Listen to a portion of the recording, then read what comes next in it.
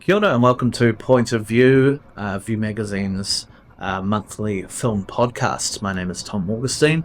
It's very nice to have you here with me today. We've got a great show coming up for you. Today we're talking with Katie Wolfe, the director of the excellent documentary, The Haka Party Incident. We're going to be talking about that film, the making of that film, which is now in cinemas. We're going to be looking at the new films that are coming out this month and also what's coming out on Rialto channel as well, so stick around. Katie Wolfe is a theatre maker and filmmaker, a really, really amazing one at that. Her new film, The Haka Party Incident, is in cinemas now. God, Katie, thank you so much for being with me today. Kia ora, Tom. Thank you for inviting me on, and thank you for seeing the film and enjoying it. I'm a really big fan of this film. Sort of have been shouting it from the rooftops as much as possible. It's a really special and really important film, and one that I think is arriving at a very important moment in New Zealand history.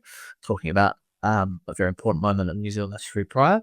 Can you start, maybe for those who don't know, the story of the Haka Party Incident? What is this film about?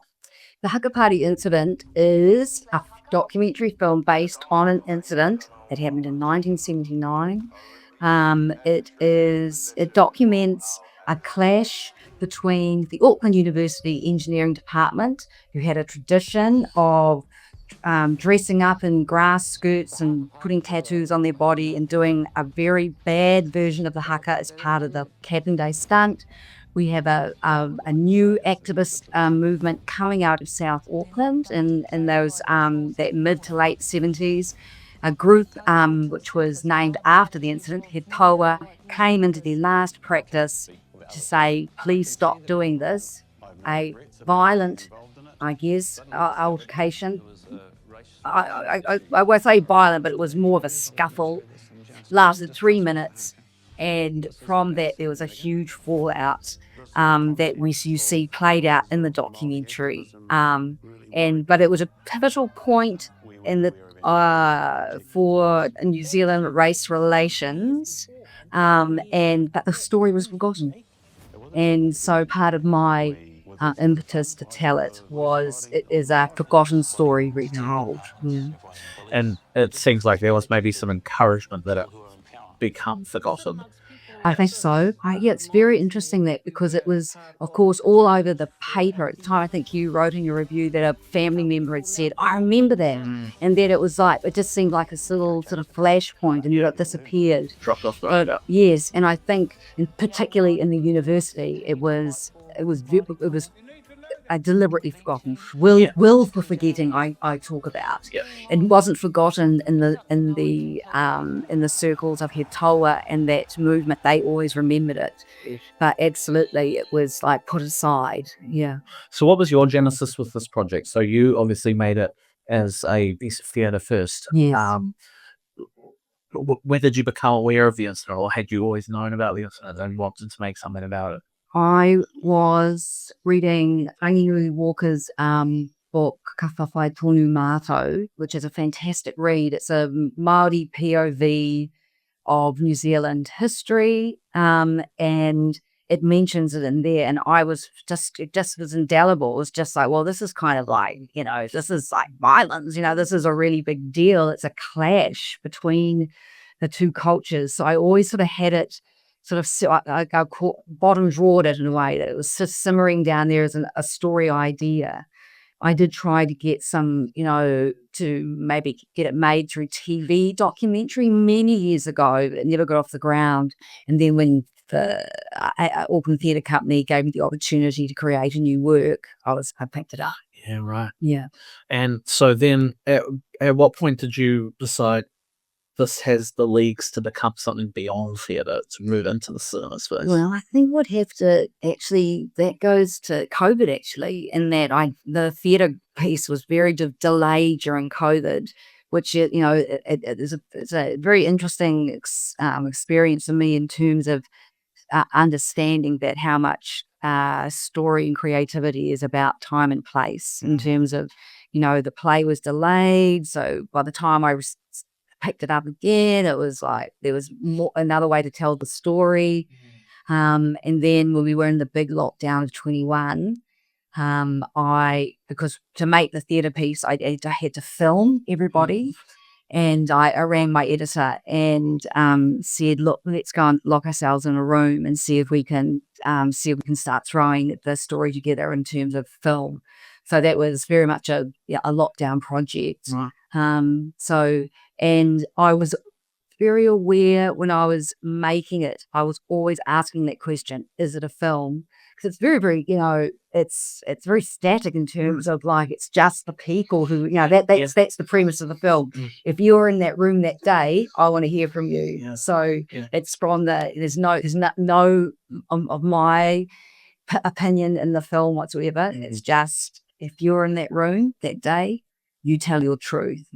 So I was always testing myself in terms of making that there was a cinematic conceit there for the film to carry, and that came with the more archive I found, or that beautiful film from the 1970s. Incredible. It's incredible, isn't it? That's so revealing. So much of it is so revealing, almost in spite of itself. Yes, I find it very poetic. Yeah. The street photography that was around in that time. The main interview of He Taua, which was for I think it's called Eyewitness. Was it Eyewitness? Maybe the program back in the day.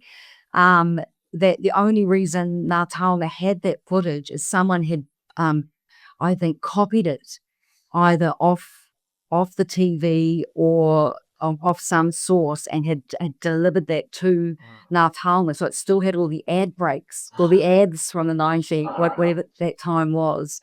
So that, I only found that out very late. So it was because TVNZ destroyed so much of their film back in the day. They were just recording over stuff. Right. It was a real Taonga that it survived, that interview. Yeah. I mean, I find it fascinating. You kind of touched on this. So much of the film is, as you say, interviews, sort of like just the person on the screen answering questions, which, in certain formats doesn't necessarily have this kind of cinematic feel. And yet, in this film, it's riveting. It's utterly like just watching. I think it's just because you place the camera and it's just naked truth, and it's just it's unfettered, unvarnished, and you manage to coax these kinds of revelations out of people that I don't think they're even aware that they're kind of arriving here. So, what was the process there? What was it like in those rooms, especially talking to people who were on, let's say, the less the wrong side of history? The wrong side of history, yeah. Yeah. It's a very common question for me. When I was making the play, I had access to one interview from an engineer that was from the many years before when I tried to get off the ground as a TV project. I had that as a recording. But that was it. I had nothing else from the engineers. I had some names. So this was the very first workshop production that was going out. Now word must have got out somewhere, and the week before we opened the workshop, the receptionist at ATC came in and said, "There's someone on the phone who'd like to speak to you," and it's one of the engineer's wives, and she had run the Auckland Theatre Company and said, "I would really like my husband to talk about this." So off I hightailed out to St. Helier's, and I met with Karen first. We had a commonality. We're both from Taranaki. We talked a lot about being brought up in Taranaki. And Karen was really, she felt in herself that she knew her husband had been a really big part of New Zealand history, but had never got to talk about it. Then I went down and I met Ian. He was down in his boat shed, and I spoke to him. He was really nervous to speak. Yeah. And from there, I met them a few more times before we actually put them on camera, and it was very much I guess that I think they sensed from me that I wasn't coming in to make, I was going to want to blame anybody. I was very, very interested in what had happened to them that day, and I was interested in helping them understand what had happened because they never talked about it. There was something almost therapeutic about the interviews. Well, They were getting to yeah. really trying to articulate what they'd been through, and so I really treasure those interviews in terms of their candidacy and their honesty. Yeah, well, that is fascinating. I mean, there is this feeling in there, with some of them at least, that there's like this desire to arrive at a place of peace, to actually be held accountable in themselves, which is really fascinating and kind of almost admirable in a sense, to be able to actually front up and say, I was part of this, I deeply regret it. Um, and there's a generosity to the film that I think comes through. And some of them don't regret it. Like Ian does say, I don't regret being part of it because they were part of a system. They were all 18 years old or 17. They were very young. Very young. They were all from Catholic boys' schools. I mean, there was a thing I found out later on. There were only men, white men in the department at that time. There were no women. There were Malaysian students that came in. But they had this incredibly sheltered view of the world, and because it was a world that I remembered. I think that's really important. Actually, I was 11 in 1979 and very cognizant, actually, of the world that I lived in, and so I had a sense that when I started digging around, like you see all the stuff from A Week of It and McPhail and Gatsby, all that really sort of that stuff wouldn't fly these days. But these engineers lived in they were just part of the society that we were in. Yeah. So it's a reflection of the time. Yeah. So the film was largely independently produced, is that correct? Yeah. So what was that process like, kind of putting this together by yourself, I would say? Really satisfying, actually. I found it really, because I produce my producing partner, Tim Barn. We have a production company, Tasman Ray. We produced the theatre tour that happened in 23. We've done a lot of producing in the past. That the idea that we keep the project moving forward inside that sort of production paradigm was really satisfying to me. I was really interested in getting a film off the ground, and not having to go through all the hoops and hoopla of trying to get a film made in this country, which is incredibly difficult. I was part of the Waru team, which was again another very sort of independently made film in terms, which is it was one of the highlight project for me, and being able to approach film and pretty much how I approach a lot of my theatre work, I guess, in terms of that the form actually informs the process. And so in terms of like being able to keep that the interviews were very organic and that there was a bouncing ball. I was able to do it over a long stretch of time. So that was really satisfying. Amazing support from a post-production house, Images and Sound, who I do a lot of television work through. Love so sound. we love those guys. And so they were incredibly supportive. And then taking us through that post process. There's a lot of archive in the film. Archive's really expensive. And so balancing that to be able to afford that archive was really tricky. But then Radio New Zealand coming in as an acquisition afterwards, it was a really satisfying process. So now it's in cinemas, and it feels like it's arriving at a time of renewed kind of discourse and tension and that kind of thing, and the relations between Māori and Pākehā. Obviously, we've got the Treaty Principles Bill, we've got the largest protest movement possibly in New Zealand history. The website for the submissions just went down. I know. Talk about timing. Yeah. So, what do you make of that? And I guess what are your hopes for the part that this might play in that kind of?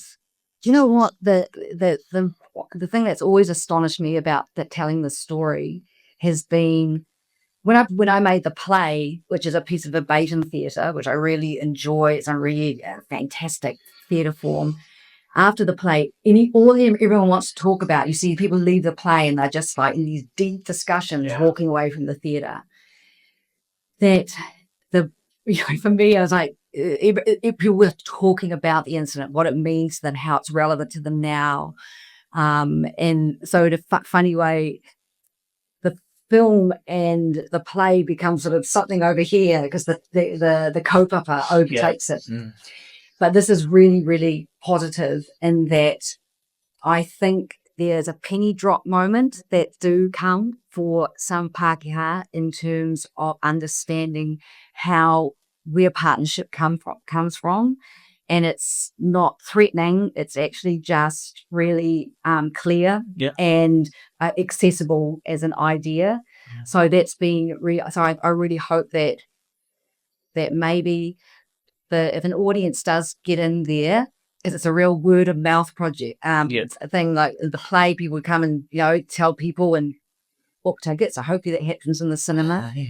That we will see these conversations opening up, and then understanding that this idea of partnership, which does go back to the treaty, that it centers itself in understanding why this bill is absolutely inappropriate and needs to go. So there will be that. Hopefully, there will be feeding back into that. Well, if there's anything that you can take away from me, it's that this film is essential for New Zealanders to watch. So hopefully people get out there and see. Yeah. Talking about what's coming up in February, on Waitangi Day, we have the release of Alien Weaponry, the documentary film about the young Te Reo only metal band. Are you a big Alien Weaponry listener? No, but I'm a big alien weaponry fan. So they've always been astonishing. What an incredible medium to hapai te reo. And so, and of course, Alien Weaponry played alongside us in the Festa New Zealand International Festival. So it looks like a fantastic film. Special place in your heart. I mean, it's I've seen the film and it's really, really wonderful. It's really entertaining. The thing that really struck me, the De Jong boys, who are the kind of frontmen of the band, are so young. Like at the beginning of the film, they are in their It's always a teenage band. because now they're only like 21 and 19. Oh my They're goodness.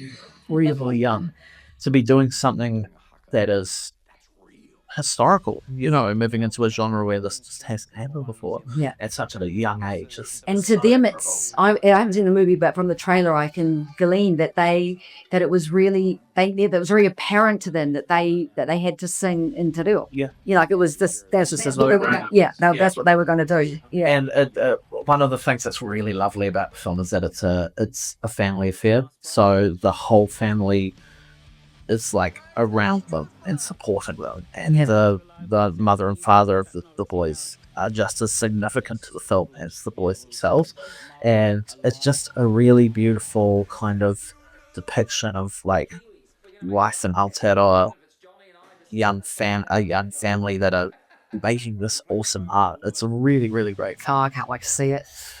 The other trailer that we're talking about is Bridget Jones' Mad About the Boy. Yeah. So this is the third Bridget Jones film. Yeah. Have you seen the other two? I've seen the first one, and so like back in the day, read the book. We all loved the book. It was kind of sort of like the first. Helen Fielding? Yes, yeah, and it was kind of like the first sort of like chick lit, or whatever they used to call it, or this really young female-centric sort of quirky literature. I remember at the time, and then the film was just so successful. Yeah, that first film is a really fun film to revisit. I mean, the interplay of There's just such clever scenes and Renee Zellweger with Colin Firth and Hugh Grant. Yeah. That love triangle is just very satisfying, and honestly, it's probably my favorite of Renee Zellweger's performances. I'm excited to see where they're going with this one. Now, this is also based on a Bridget Jones book. One of the big controversies is that Colin Firth's character has passed away. Right. Yes. So it's going to be But it's not in the book. It's not in the book? I don't know. I think it is in the book. Right. Yeah. But I think because it's being reintroduced and filmed for new audience is aware of it. So I must say, I was a little bit like, I don't know, because that triangle is so significant to what it was, but you have to be. It's like in Just Like That, they kill Mr. Big. Yeah. In the very first episode when he comes back, but you're like, then you go, it's a pretty good device. Yeah. It works. So I think it's pushing the story forward. So that's always a good thing. It'll be interesting to see what happens. This new love interest played by Chiwetel Ejiofor. So that's cool. Hugh Grant shows up. I don't know how much of it he's actually going to be in, but that one I think is going to be a pretty raging success. Yes. Because it's one of those titles that has a lot of love, a lot of affection from back. I think it may get the people that used to go to the cinema might come back for Bridget Jones. Yeah, absolutely. Yes. So it comes out the day before Valentine's Day. There you go. Perfect. Yeah. Coming up also in February, we have what are they called? Galentine's Day? They make Valentine's Day or something. They make Valentine's Day into Valentine's Day. You could definitely do a Valentine's Day trip to Bridget Jones. It would be great. Maybe I should do that. Yeah. Coming up in cinemas in February, also we have a range of all sorts of different kinds of films. Some of the kind of holdovers from Oscar season. One of the big ones is I'm Still Here. Now, this is a Brazilian film. Fernanda Torres, who's the actress in I'm Still Here, kind of shocked the awards prognosticators by winning Best Actress at the Golden Globes for drama against some pretty heavy hitters.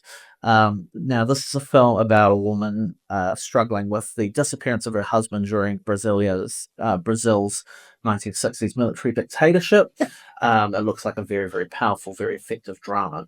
We've also got Bird, which is one that was here as part of the British and Irish Film Festival. But if you haven't seen it, I highly recommend it. One of my favorite films of last year. It is from Andrea Arnold, the director of Fish Tank and American Honey. She's a great director of British realism. This one is a little bit different. It definitely is still kind of rooted in working class Britain, as many of her films are.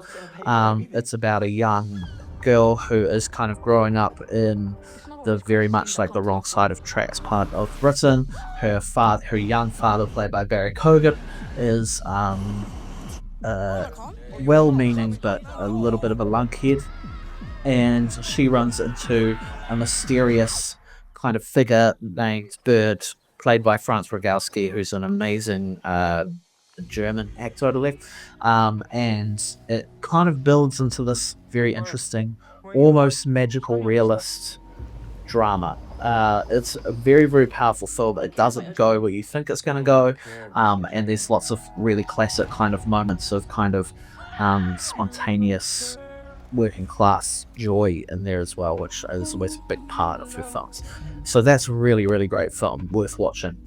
Mike Lee's got a new film coming out this year. Hard Truths. Yes, that was also at the festival. I loved Hard Truths. I'm a massive fan of Mike, and but it sounds Bird sounds like it's in that same sort of Adriano kind of has picked up the mantle of that kind of kitchen sink British realism that he maybe helped to start, but it's awesome that he's still making films as well. Right. Hard Truths, incredible film. Can't wait. On the more blockbuster side of things, we've got Captain America New World Order. Now, this also drops on the 13th of Feb. This is the newest Captain America film. Captain America is now played by Anthony Mackie, who was the Falcon in the earlier Marvel films. This one is interesting because it is the first major Marvel film since the big flop of the Marvels in 2022. 23, 23. Obviously, there was Deadpool and Wolverine last year, but that one was kind of sort of outside of the usual circle of these sorts of things. This one is picking up the story again. There has been a pretty significant kind of cultural drop in interest in these films, I think. So it's going to be interesting to see how this one holds together. It's been delayed several times. There's been reshoots on reshoots on reshoots. Who knows what we're going to get. But it does have Harrison Ford in it, so that is valuable. I've never really done the Marvel world, I'll be very honest with you. So where are we up to in the Marvel world? Like sort of... Very deep. We are very deep in the Marvel world. Look, there have been highs and lows, and I think you would describe it as being in a pretty deep low at the moment. So whether they can build back at all, I mean, we'll see. But the trailers for this haven't necessarily been super promising, but I will probably still be seated. I'll probably be watching it. The Monkey is a horror film. Now, this one is from the director of Long Legs, Anthony Perkins. No, that's Oswald Perkins. Anthony Perkins is his grandfather, I think. Who was in Psycho. Oswald Perkins, who made Long Legs. Did you see Long Legs? No. Not a horror fan? No. I did watch The Substance the other night. Oh, yeah. That's cool. Yeah, that's a good one. Oh, my God. But when I was watching it, I was like, I wonder if it was influenced by brain dead. Yeah. Splatter thing. Yeah, right. And the sounds they make with all the, the needles going into stuff. So I went and asked old AI, is The Substance influenced by brain dead? Yes, it is. According to AI, but who knows? Yeah, no, you can never really tell with AI, but I think I can definitely see the through line in that splatter genre. Yeah. Long Legs, also a really great horror film from last year. Well, it's kind of, it's deeply scary, but it's like it's kind of like Silence of the Lambs or something like that. Right. And it showed a really promising talent from Oswald Perkins. The Monkey is adapted from a Stephen King short story, which I haven't read, but it looks like it's a whole bunch of violent deaths that are kind of like in a Final Destination kind of way, that goes to some very twisted places. So that's going to be interesting. On the 27th of February, we have Maki Magasiva's Tina. Yes, Maki Magasiva's Tina, which looks amazing. It has a very powerful trailer. Yeah, very, very, really pulls at the heartstrings. There's a teacher who loses, which is played by the brilliant Annapala. I've got to make sure I say Annapala's name correctly. Paula Taival, and she's an incredible New Zealand actress, very well known in theatre circles. And I think she plays a mother who loses her daughter in the Christchurch earthquakes, and ends up in a very posh Christchurch, I think, high school, teaching choir. Yeah. So it looks like a classic, heartfelt, heartwarming movie led out by the incredible Annapala. So how awesome is it that she's getting a moment with this kind of lead role? Yes. And, from what I've heard, it's a very powerful film. Yeah. So I'm very excited for that one. Last two I'll mention. September 5th is out on Waitangi Day, and it's about the Munich hostage crisis in the 70s. And Love Hurts, which is kind of in the vein of Nobody and John Wick. It's got Kei Kwan from Everything Everywhere All at Once in a kind of action role. So there's a lot to look forward to this month. Mm-hmm.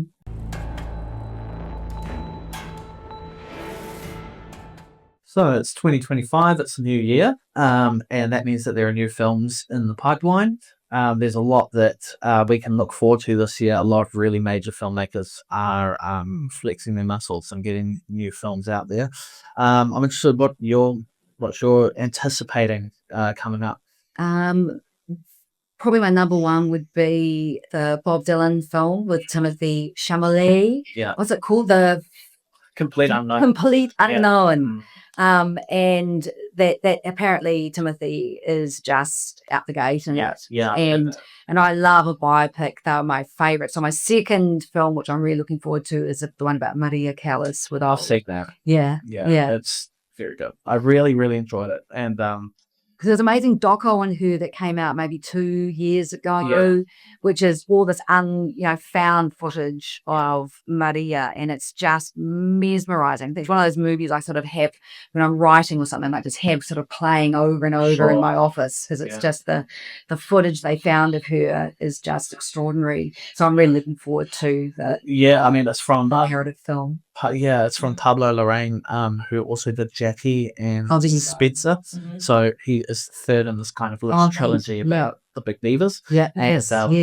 It's Angelina Jolie in the lead role, and she's really, really strong. And I actually didn't know much about Maria Callas. I know a lot about it. I'm so fascinated to know. I'll be interested to know what a big fan of hers will take away from it. But I found it to be a quite kind-hearted film. Like it's a film that's very drenched in sadness, but it's immaculate, beautiful looking, as we've come to expect from this director. He's amazing, isn't he? Gosh. Yeah, but there's something about it that I found quite kind of moving and intoxicating, and also quite kind-hearted, as I say. I haven't seen anything I know, but I Dylan fan, so I'm going to be interested to see how his life fits into that biopic kind of treatment. So I have been looking a little further afield in terms of films that I'm most anticipating this year. First is a film called Die My Love. It's from Lynn Ramsey, who is an incredible filmmaker. She's made films like Ratcatcher, We Need to Talk About Kevin, or The Keller. Her new film has Jennifer Lawrence, and it's about a housewife who's starting to kind of unravel. And there's not much detail beyond that we know, but the thing that draws me to it is the presence of Lynn Ramsey. She only makes films very rarely. She's such a master. And very meticulous. Takes a long time to put out new films. So every time that we get a new one, it's something to treasure and to be excited. Oh, that's going on my list. The next one is from Park Chan-wook. It's called No Other Choice. We've got a poster for this, but that's it. It's, again, a filmmaker. Because it's the filmmaker, I'm interested in seeing the film. Park Chan-wook obviously made Old Boy, The Handmaiden. His most recent was Decision to Leave. So I'll be very interested to see. It sounds like it's another kind of thriller. He is just a very... he always makes a fascinating choice. So that's always something to look out for. It's a new Park Chan-wook film. The next one I have here is one that we may or may not receive this year. The reason I say that is that it's from Terrence Malick, of Badlands, That Refine, Tree of Life, etc. It's called The Way of the Wind, and it has been in post-production for 6 years. And that's because Terrence Malick does not do anything quickly. He is very kind of a tinkerer, and everyone who knows his kind of directorial process knows that a lot gets thrown out. A lot of it's kind of a moving thing at all times. This one is about the life of Jesus. And the thing about Malick is that all his films are reflected with this kind of Christian iconography and ideas. So it's going to be interesting to see him tackle the actual story of how absolutely fascinating. Jesus. What's the title? It's called The Way of the Wind. Oh, I can't wait. That's gone my list. He's been working on it since the 70s. Oh, so my goodness. I'm very interested to see what that comes of. Yeah. I have Highest to Lowest, which is the new Spike Lee joint. I am a huge Spike Lee fan. And his last film, The Five Bloods, which is on Netflix, highly recommend it. Amazing film. This one is a remake of the Kurosawa film High and Low, which is about a businessman who gets embroiled in this kind of hostage situation. And it's got Denzel Washington in the lead. And I think just the opportunity to see Spike Lee, whose style is very different from Kurosawa, tackle this Kurosawa film and have a new updated version of this classic. I am there day one. Cannot wait. Sounds great. The last one I have is a little bit more mainstream. Mission Impossible Final Reckoning. I love the Mission Impossible films. Of all the blockbusters, those are the ones that I go to bat for. I will always... Tom's right in there. Tom's right in there. And we don't know what the big stunt is this time, but there is surely going to be one. He did all by himself. He does it all by himself. The last one, Dead Reckoning, was really, really fun. and really, really well put together. So I'm really excited to see how the story wraps up. It is purportedly the final Tom Cruise Mission Impossible, so we will see what happens there. But Lots of throwbacks, isn't there? Like lots actor of throwbacks. throwbacks, director throwbacks. It's fascinating. And some Like with really, Bridget Jones, a throwback. yeah, absolutely. And some Yeah. really classical directors kind of coming back for another Right. band. So there's a lot to look forward to this year. Yeah, and making movies for the movies, I guess, Yeah. like having a real understanding of what it is to put it into that space. Yeah, you know, because that's the big, the challenge that we face as filmmakers is getting people into the cinemas. Yeah, 100%. yeah. So highly recommend everyone does that, but goes and sees these kinds of films. Absolutely.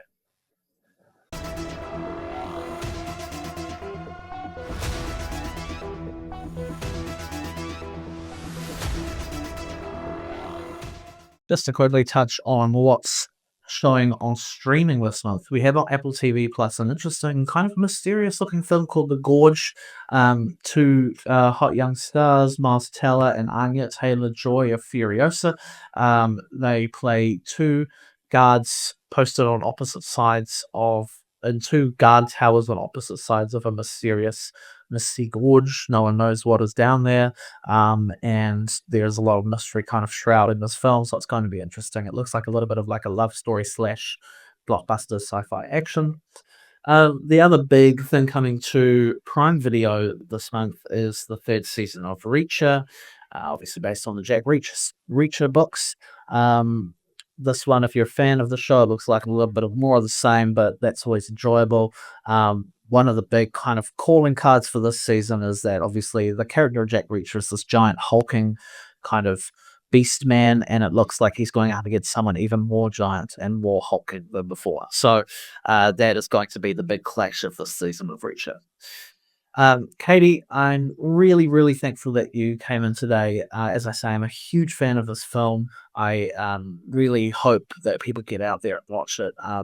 Thank you so much for being here with me today. Thanks, Tom. And something I've just learned is that, say, if you're wherever you are in Aotearoa, if your local cinema hasn't got the movie on, bring them up. Ask for it. And so the distributors really they take note of that. So if it's not there, give them a call and they'll get the movie in. I think like this film would be really valuable to be watched in kind of rural, smaller towns, that kind of thing. So at the moment, the Haka Party Incident is showing in screens nationwide, but it could always show on more screens. So please get out there and see it, or ask for it in your cinema. Kia ora, Tom. You got it.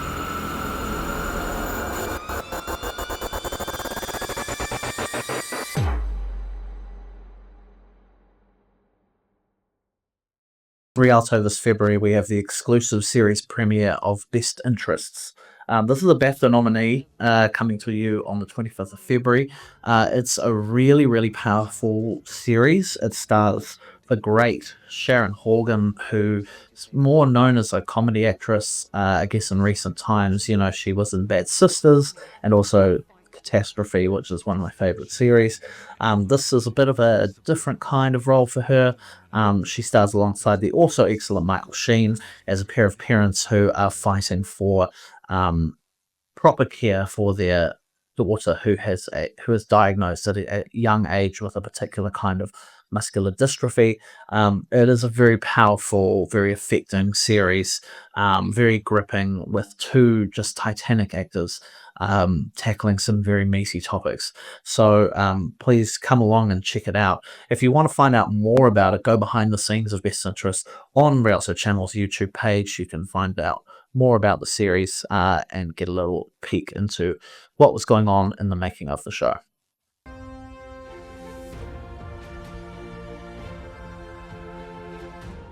We've got a few giveaways for you. Obviously, this month is Valentine's Day, 14th of February. The good folks at Devonport Chocolates have put together a very cool prize pack for you, and the special one in your life, or it could be a Galentine's Day gift, as Katie said. Head on over to viewmag.co.nz. We're also giving away a double pass to a film that will be revealed imminently, so head on over and check it out. Also on ViewMag, I just want to remind you that the best of 2024. 40 of my favourite films from the last year dropped last month. If you haven't read it yet, check it out so that you can have the lowdown on all the very best films that you can watch from last year. That's all from us today at Point of View. Thank you so much for listening. Ka kite.